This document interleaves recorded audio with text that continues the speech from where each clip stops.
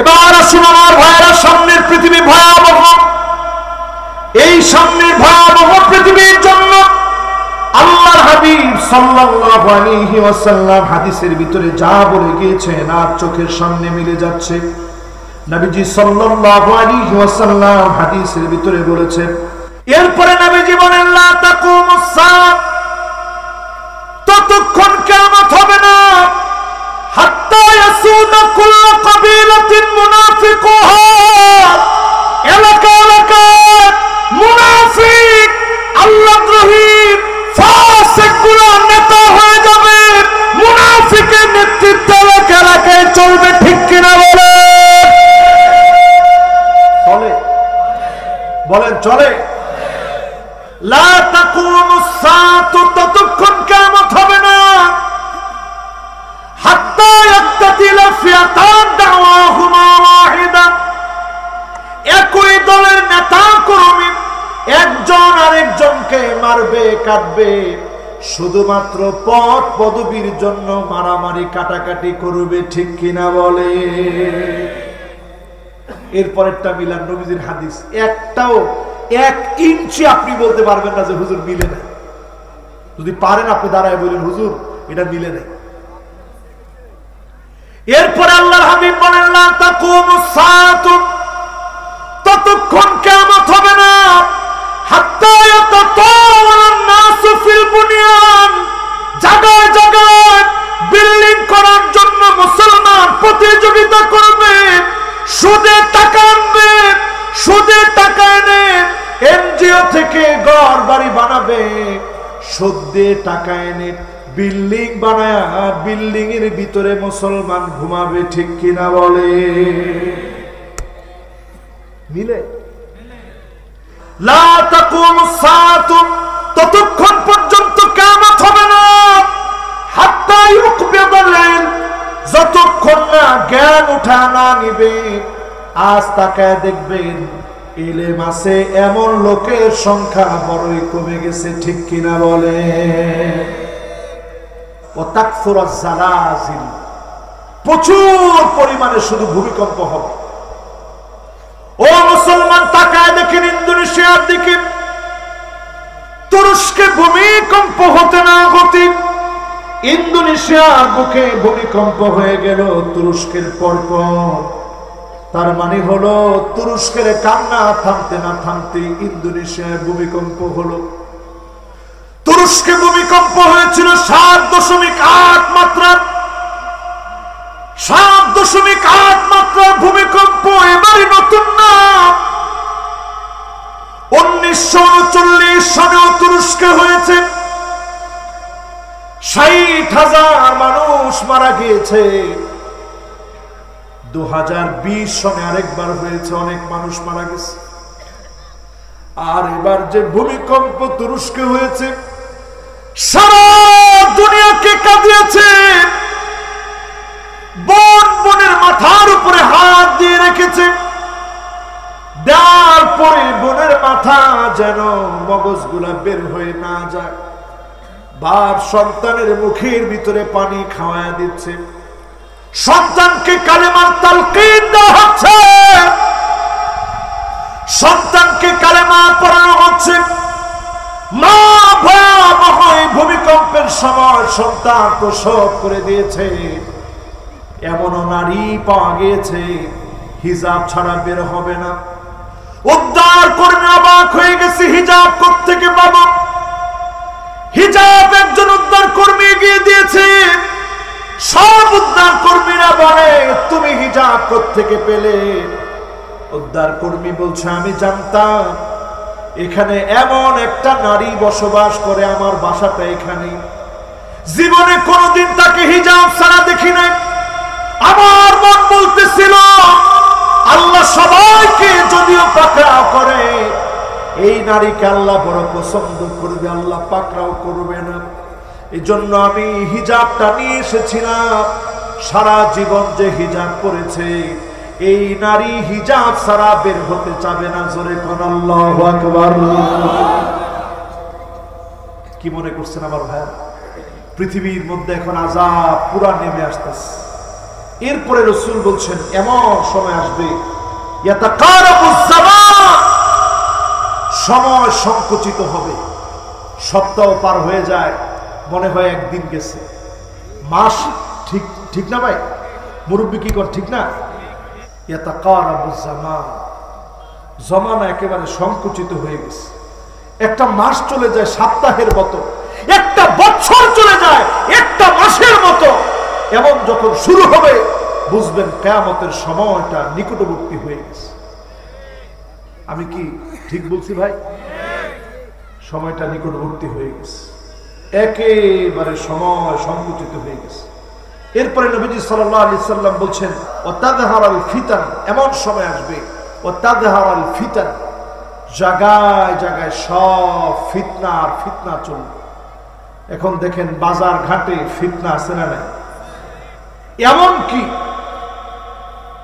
আমি বড় সতর্ক করে বলতে চাই, সমস্ত জায়গাগুলোতে ফিতনা চলে। মসজিদ বলেন, মসজিদের ভিতরে অনেকে মসজিদের টাকা নিজের টাকা মনে করে খেয়ে ফেলে। ওয়াসায়াসলাউনা সাইয়ারা, পেটের ভিতরে আগুন ঢুকাচ্ছে তার, আগুন আগুন আগুন। সব জায়গায় ফিতনা চলতেছে।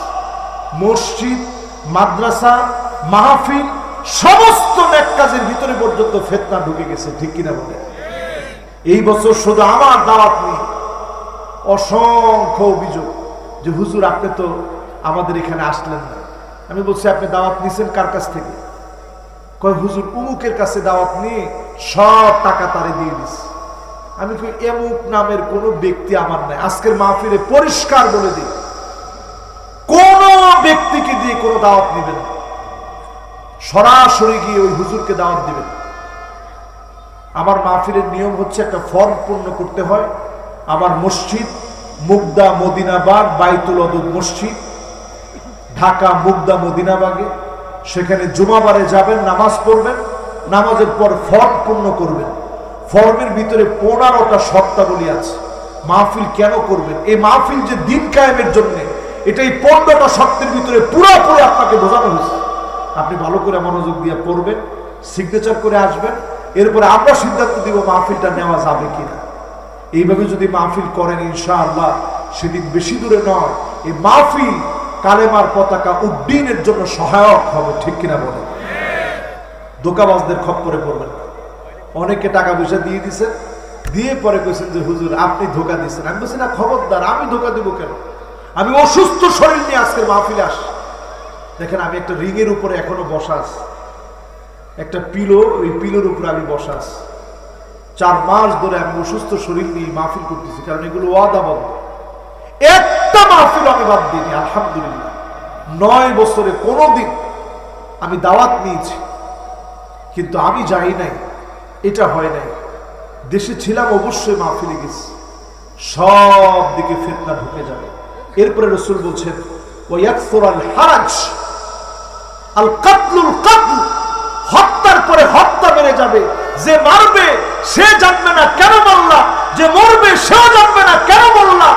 একজন আরেকজনকে অন্যায়ভাবে শুধু মারবে, মার দেওয়ার জন্য শিখায় দেওয়া হবে, লেলিয়ে দেওয়া হবে, উস্কানি দেওয়া হবে, খেলা হবে বলে খেলা লাগায় দেওয়া হবে, ঠিক কিনা বলে? কি পাইছেন? এগুলো সব আলামত চলতেছে। এরপরে নবীজি সাল্লাল্লাহু আলাইহি ওয়াসাল্লাম বলছেন হাত্তা ইয়াকসুরা ফীকুমাল মাল ফায়াফিদ, সম্পদ বাড়তে বাড়তে পড়ে যাবে উপচায়া। বাড়ছে না? এখন কি পরিমাণ সম্পদ বাড়ছে একটু হিসাব করে দেখেন। এত বাড়ার পরেও আমাদের মনের অবস্থা যেন ভালো হয়নি। এত কিছুর পর এগুলো সব ছোট ছোট আলামত বুঝছে। লা তাকুমুস সাআতু, ততক্ষণ কিয়ামত হবে না হাত্তা ইয়াতাবাহান নাসু বিল মাসাজিদ, মসজিদে মসজিদে সভাপতি, সেক্রেটারি, পদ পদবি নিয়ে মারামারি কাটাকাটি করবে, ঠিক কিনা বলে? লা তাকুমুস সাআ, নবীজি বলেন হাত্তা তুত্তাখাযাল মাসাজিদু তুরুকা, মসজিদের সামনে দিয়ে মুসল্লিরা হেঁটে হেঁটে যাবে, নামাজ পড়ার জন্য ঢুকবে না। এমন মুসল্লি সারা পৃথিবীতে থাকলেও বাংলাদেশে না। এরপরে নবীজি বলেন লা তাকুমুস সাআতু, ততক্ষণ কিয়ামত হবে না হাত্তা ইয়াবুদাল্লাহু ওয়াল উজ্জা, মূর্তির সামনে গিয়ে মুসলমানের সন্তান মাথা নত করবে, মূর্তি পূজা করবে। এখন তাকায় দেখেন অনেক মুসলমান পূজার ভিতরে যায় কি যায় না? লা তাকুমুস সাআতু, ততক্ষণ কিয়ামত হবে না হাত্তা ইয়াক্তাতিলা ফিয়াতান দাওয়াহুমা ওয়াহিদা, একই দলের নেতা কর্মী একজন আরেকজনকে মারবে কাটবে, শুধুমাত্র পদ পদবীর জন্য মারামারি কাটাকাটি করবে, ঠিক কিনা বলে? এরপরেরটা মিলান নবীজির হাদিস, একটাও 1 ইঞ্চি আপনি বলতে পারবেন না যে হুজুর মিলে নাই। যদি পারেন আপনি দাঁড়ায় বলেন হুজুর এটা মিলে নাই।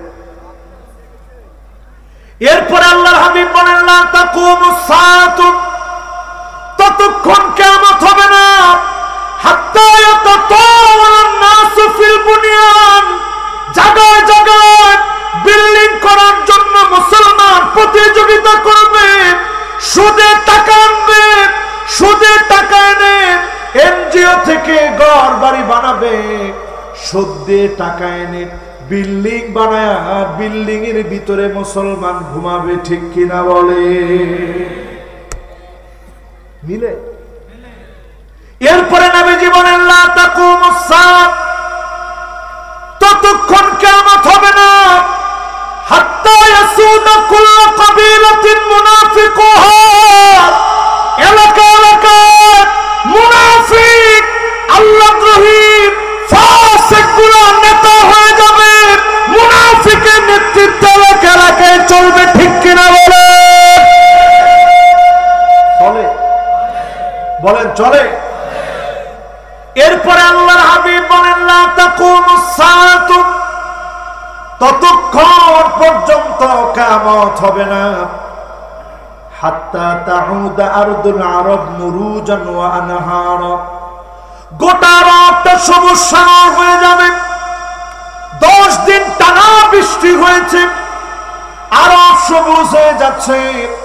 দুবাইয়ের মধ্যে হঠাৎ করে বন্যা হয়েছে, মদিনাতুল মুনাওয়ারাতে পানি উপচে পড়েছে, পানি যাওয়ার মতো কোনো ব্যবস্থা সেখানে নাই, অনেক কষ্টের ভিতরে পড়ে গিয়েছিল, গাড়িগুলো পানির ভিতরে ভাসতেছিল, পুরো মরুময় আরব সবুজ হয়ে যাচ্ছে, কিয়ামতের আলামত।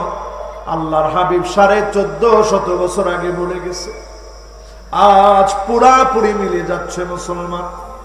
এরপরে আল্লাহর হাবিব বলেন লা তাকুমুস সাআতু, ততক্ষণ পর্যন্ত কিয়ামত হবে না হাত্তা তাকুনা খুসুমাতুন নাস ফি রাব্বিহিম, আল্লাহর ব্যাপারে মুসলমান বিতর্ক করবে।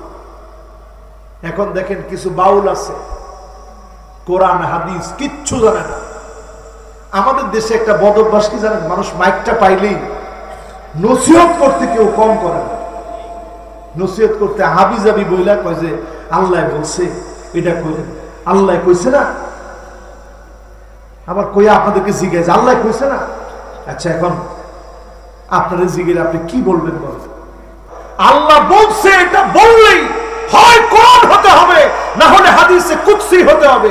অনেকে দেখবেন দাঁড়াইলেই কয় কোরআনের মধ্যে আছে আল্লাহ বলছে, কোরআনের মধ্যে আছে আল্লাহ বলছে, এটা বলে আপনার কথা আপনি বললেন। ওয়ালাউ তাকাওয়ালা আলাইনা বাদাল আকাবির, নবীও যদি একটা কথা কোরআনের কথা না এমন বলে চালায় দিতেন, বাম হাত চেপে ধরে কণ্ঠনালী আল্লাহ কেটে ফেলে দিতেন, ঠিক কিনা বলেন? কত বড় কথা বুঝেন? যে নবীর আল্লাহ এত ভালোবাসে, সেই নবীর আল্লাহ বলতেছেন, নবী যদি কোরআনের কথার সঙ্গে আপনার কথা মিশ্রিত করে দিতেন, ওয়ালাউ তাকাওয়ালা আলাইনা বাদাল আকাবির, আপনার কথাগুলো যদি কোরআনের কথার সাথে মিশ্রিত করে দিতেন, তাহলে বাম হাত চেপে ধরে কণ্ঠনালী কেটে ফেলে দেওয়া হতো। খবরদার, আল্লাহ বলছে, নিজের মন গড়া কোনো কথা বলবেন, কোরআন প্রতিদিন পড়বেন, ওই লোকটা মোমেন থাকে কেমনে যে একটা আয়াত কোরআন কারীমের একদিন তেলাওয়াত করে না, দিন চলে যায় একটা আয়াত পড়ে না। প্রতিদিন কোরআন অধ্যয়ন করুন, অন্তত একটা আয়াত আপনি বোঝার চেষ্টা করেন, পড়ার চেষ্টা করেন, অনুবাদ করেন, অনুধাবন করেন। আল্লাহ আপনার সঙ্গে কথা বলতেছে, আপনার মন বড় হয়ে যাবে ইনশাআল্লাহ।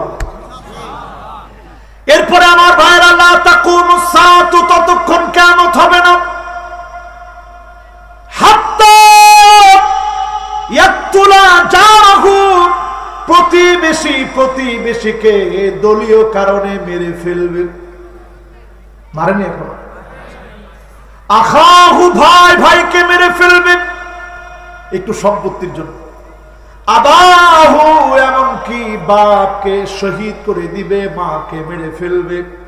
এমন দৃশ্যগুলা যখন দেখবেন পরিষ্কার ভাবে বুঝবেন কিয়ামতের সময়টা বড় সন্নিকটে, ঠিক কিনা বলেন?